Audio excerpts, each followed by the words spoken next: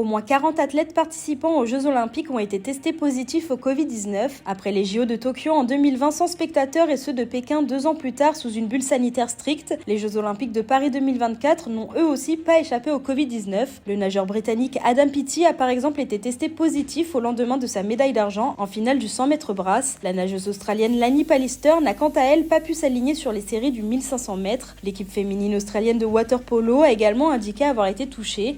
Certaines délégations ont renforcé leurs mesures de précaution, comme l'équipe de France d'aviron, dont les rendez-vous médiatiques en amont du début des épreuves se sont déroulés avec obligation de porter un masque. Selon l'Organisation mondiale de la santé, la situation n'est pas surprenante en raison de fortes présences du virus dans le monde et de la hausse des cas dans tous les pays. Les données recueillies par l'OMS grâce au système de surveillance Sentinelle dans 84 pays montrent que le pourcentage de tests positifs a augmenté au cours des dernières semaines. Globalement, le taux de tests positifs est supérieur à 10%, mais ce chiffre varie d'une région à l'autre, avec par exemple un taux supérieur à 20% en Europe. Une augmentation qui a entraîné une hausse du nombre d'hospitalisations et de décès à travers le monde. L'OMS appelle ainsi les pays à améliorer leur surveillance du virus et les populations à se protéger, y compris par la vaccination.